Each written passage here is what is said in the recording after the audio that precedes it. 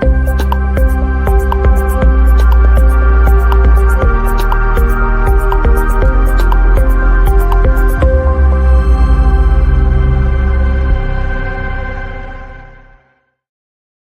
morning, guys. It's Thursday, August 17th. And man, I got to say, I'm happy that these morning shows no longer go on YouTube because I can tell you what happened to me this morning. 2 days in a row, I woke up late. Can you believe it? 2 days in a row. You know why? It's because my kids, they finished their summer camp, but school didn't start yet. So our morning routine does not exist right now in the house. And I got to, I don't know, I got to set my alarm or something. So I just woke up, man, like 30 minutes ago, and I had to drive 10 minutes to the office. So I had 20 minutes to get ready and kind of look at my phone and see what's going on. But thank God, I think I figured it out. There's not much going on. There were only a couple press releases out there. I didn't really see anything significant geopolitically or macroeconomically. So we can do this show, and I think we'll be okay. So let's just start by looking at ARK, SPY, QQQ, IWM, the major indices, okay? Because this is what's important right now. We're tracking major breaches yesterday in SPY, in ARK, and then we'll get to the earnings report. Let me just say quickly, Walmart increased their guidance by 1.5%, okay? It's up 0.5% right now. So there's an opportunity here. You can see the initial reaction was up, which was probably correct. Now there's a gap fill, and now it's only up 0.5%, even though they increased their guidance by 1.5%. So just keep that on your radar. We may have to make that. I think that might only work, though, with big money if you do it with options. Okay, let's take a look at these levels. ARK-K, the key level was 41.51. 41.51, major level that we had to hold yesterday, and we breached it. Now it's playing with that level right now. We'll have to see what happens during the day. But at 41.51, if that breaks again and we go below it, your next support is going to be 39.50 at the 50-week moving average. You can see that on the weekly candle. And if you move to the daily candles, kind of coincides, which it should, with 50-day and the 200-week are very similar. But you can see there's nothing here. This was the candle that broke yesterday. And it's trying to get it back right now. 41.51. Let me see what's at the top of this resistance. 39.70. Perfectly coincides. Okay, so those are your two levels now. 41.51 and then about 39.70. But man, the risk reward has to be getting better around here. RSI is 34. I really don't think you short this, or maybe you start even buying this. At this support level between now and 39.50, maybe you start buying this. I know it looks very tempting that it's going to touch that line, but not necessarily, because we have the 20-week. It's just barely trying to hang on to the 20-week right there. So I'm hoping for good things out of ARK-K. SPY, I'm more concerned about, because SPY, it looks like we had a clear breach of the 50-day moving average. Look at this. When was the last time we and it used to hold really nicely here and here. So clear breach of the 50-day moving average. I know we're up 0.3%. People can get excited about that. But I am staring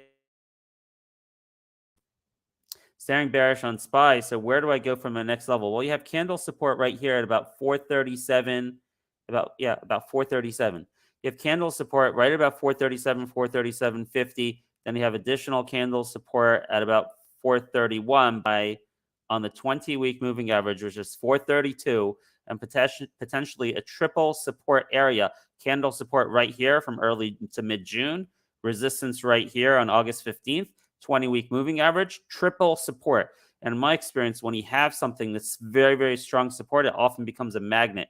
So right now, I'm going to stick with my short on SPY, which I've been picking up the last couple days or so. I'm going to stick with that to hedge my very long portfolio, looking for about 432. I'm not going to be shorting ARK. In fact, we're long ARK, and we picked up some more ARK yesterday. Okay, QQQ, I think probably is going to follow SPY at this point. So we don't really need to do analysis on QQQ. Wherever the SPY goes, most likely, and usually, sometimes there's divergence, but general direction are going to be matching. Even in magnitude, it's going to be kind of similar. I don't want to say that. I'm lied about that. Magnitude, usually QQQ has much bigger swings. But in the general direction, Q and SPY usually follow. Q is also below the 50 DMA. So if SPY moves down to that next 20-week moving average support, I imagine Q would move towards there as well. IWM, also, we breached that 50 DMA. Look, you know what we could do with these things don't go down or up in a straight line. So what you can have is some chop or a little green day. You can maybe even re-challenge the 50 DMA here. Okay, maybe you can have a couple up days. Let's say SPY. If we re-challenge that 50 DMA, maybe it does go back to like 443 or something. But then again, I think I'm going to lean towards that. I'm not going to believe it until we break it, right? So I'm going to lean towards that's going to be resistance, and we work our way down. So listen, it's unfortunate we have to think about these things because I would just love to focus on specific stocks, but as you saw yesterday, it just weighs you down, man. And sometimes when you have a real good catalyst, it doesn't help. Going to earnings, we talk about Walmart, RRGB, which we're not in now. We were trying. Wow, it really came down. Shoot, man. Remember this big W pattern? And we're like, okay, this thing's gonna break out. Wow, you know what? I really like RRGB here. So now it's pulled back to like a major support levels right before earnings. Earnings are today after the close. Okay, so maybe I'll look at that, maybe take a small risk going into the report, or maybe we'll just monitor the report really closely today after the close because this does have a major short position, 20%. And man, good thing we bailed on that. But it doesn't really matter. I mean, it's a good thing we bailed, but where we put it? We put it in overstock or something like that, which is down. So not sure it would have made a big difference in our portfolio value. But in any case, all right, PanW's tomorrow after the close. Okay, so let's move on over to our morning show list and try to come up with a plan for today. Mostly our plan is going to be sitting, but let's just talk about the levels.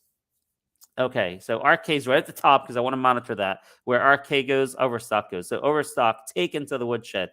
Unbelievable. It lost all of these support levels. It's crazy. This is the gap when they announced the Bed Bath and Beyond news, okay, which I really believe should add like at least $500 million in value to the company. Okay, it's a $1.2 billion market cap. So I really believe that. I'm sticking to my guns on my thesis. So this was the gap. It had closed at 25.54 the day before. The high was 26.44.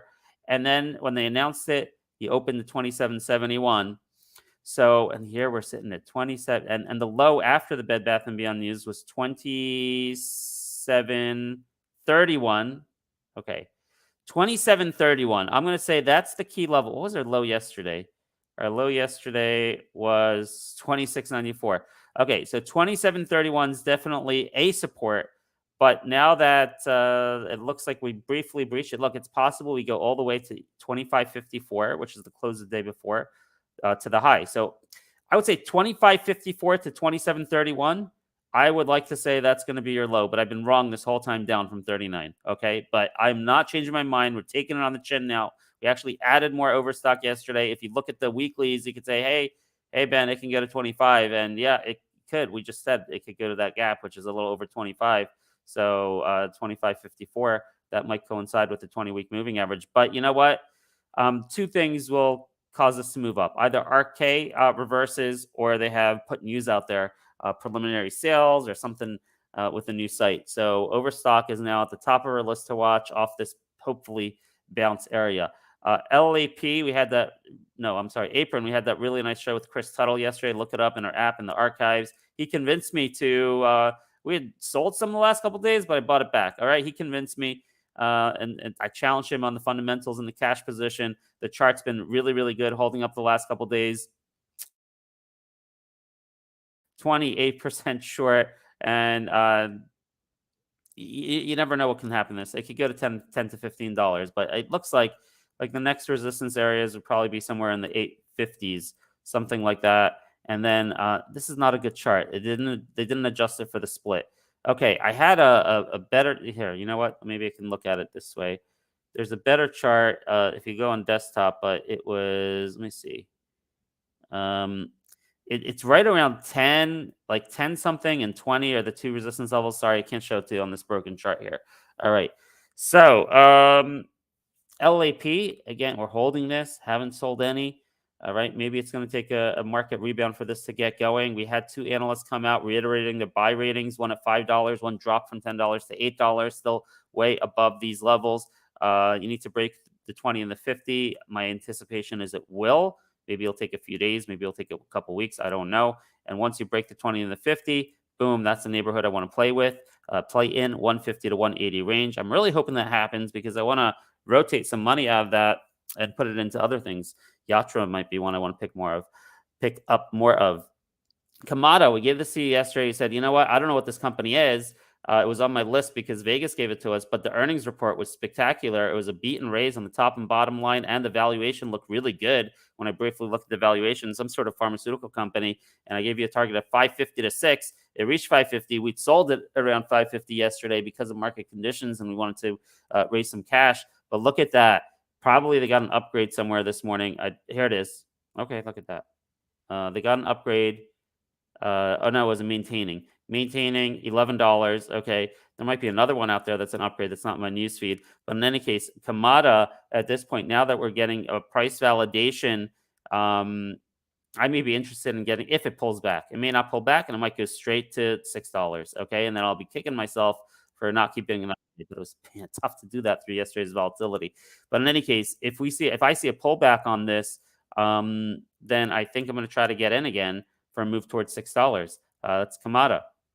All right. And we're just waiting on VTSI. Quick. Had a bad day yesterday. It's very light volume. Look at that. Up on huge volume, down on light volume. I'm not worried at all. Fundamentals good. 950 is still the target. Just going to hold through it. Going to hold through the volatility. I'm going to tell you the same thing about VTSI. Okay. Had a little bit of a better day, but I'm looking for an eventual break of 750 and towards 850. Just going to hold through it. If these turn into longer term positions like months or quarters, I might be okay with that. Okay. So that's Quick and VTSI. Yatra, we have the IPO coming soon. Hopefully, any day we can get an announcement on the IPO, and looking for a move to $3 to $4 on Yatra. So we're still holding that. SMSI. Let's do a quick little technical analysis here for you. And you got these wicks supports at about 142 to 147. You have the 20 DMA right here, previous high 130. So 130 through 147 is your support range. I don't know where it's going to bottom out. Everyone's waiting for some AT&T launch, but 130 through 147. It's good to see the RSI come down all the way to 63 so quickly. That's a good sign. But it depends how market does. If the AT&T keeps getting delayed a few days and the market maybe comes down again, then I wouldn't be surprised to see 130 on SMSI. But I think anywhere between like 130 to 147 area is probably a decent buy. And once the AT&T news comes out, I probably we're going to be challenging again the 200 DMA at 172. All right, that's my prediction for you on SMSI. Tesla, we're just monitoring this. What was the levels? I think it was, yeah, okay, here it is. That's the 20-week moving average at about 222. I think it hit that overnight last night, and yeah, it did. I was looking at the overnight market last night. It hit 222. That doesn't really count though as far as technicals go, but that's your first support. If that breaches 207, and I'm starting to like the risk reward over here. And look at the RSI. RSI is 32. I think you can maybe start picking Tesla up. I really like risk assets here. I really do. Whether it's Tesla or RK or Overstock. I understand RK might have a few percentage points left, but I'm more looking at things right now as a rotation that maybe you see a further sell-off in SPY. You know, we've seen that. The mega cap money coming out of QQQ, and I think you may see a little more of that. Big caps and the SPY and the QQQ sell off a little bit more, but then rotate into the risk assets simply because they just got clobbered. They're down 20%, man. RK's down 18%. Tesla's down like 16%. Overstock, oh my gosh, I'm getting killed on Overstock. Overstock is down like 30%. Oh my Lord. All right, so I just think they're down too much. And if SPY and QQQ sell off further, you're going to see the money. And here's another argument for that. Rivian and Palantir were spectacular the last couple days. The market was crashing, and the Rivian at the 50-day moving average. Wow, I really like that chart on Rivian. All right, Palantir, very, very overvalued, but you got to respect these technicals here, building like strong consolidation here in the mid 15s, looking really good. So actually, I'm not in either of these right now, and I'm going to write it down. I might have to find a way to get back into Rivian and Palantir here with the strength that they're showing. So, all right, so let's just kind of leave it at that. We have PanW earnings tomorrow after the close. We have SMCI, which is getting clobbered. I own it. We think fundamentally, valuation-wise, it's very cheap right now, and probably move with NVIDIA. It will probably move with how the report does next week with NVIDIA. So we'll just have to wait and see on that. And all right, and that'll be it. So now let's go back up and try to order where we think she could be. I'm gonna move RK out of the way. That's just after the show ends, I'm gonna move back to the top so I can just monitor it for myself throughout the day. Okay, but that's not something I'm saying like bye for today. So all right, as far as today, you know what? I gotta put Kamada at the top on pullbacks. Even though I love all these other ones, I don't have a position in Kamada, but too many signals right now. Too many signals that this can make a move towards 6. So Kamada's here. See if we can get it on a pullback at the open or something with the target of $6.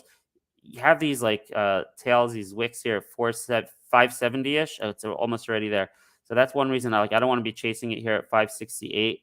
So maybe I'll pull back and we can get in and then make a move towards 6. So that's Kamada up there. The sides for that, let's see, out of the rest of these, Overstock, Apron, LAP, these are all kind of the same situation. It's just like sit and wait, man. Sit and wait. Uber and Rivian, I really like. Okay, did I talk about XWell? XWell had a deal here, $16 million deal. They have a $17 million market cap, but it is an extension of the deal with the CDC government biosurveillance program.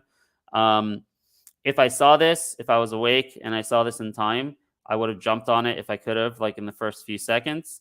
But now, listen, retail can push this up because they're looking at the headline. They're like, oh, 16 million and a 16 million, 17 million market cap. I bet you the EV on this. In fact, let's do this just for 1 second. This might be a negative EV. They may have more cash than debt here than the. Okay, let me see. Get a Y charts. Okay, so let me check their EV on. So like this is like something that retail would love, but then like the institutions would short it, But it's something I would have maybe played, or maybe will still play at the right price. Let's see the enterprise value here. Enterprise value is negative 6 million. So you're talking about like, if you were to liquidate this company, you'd get more than yesterday's close.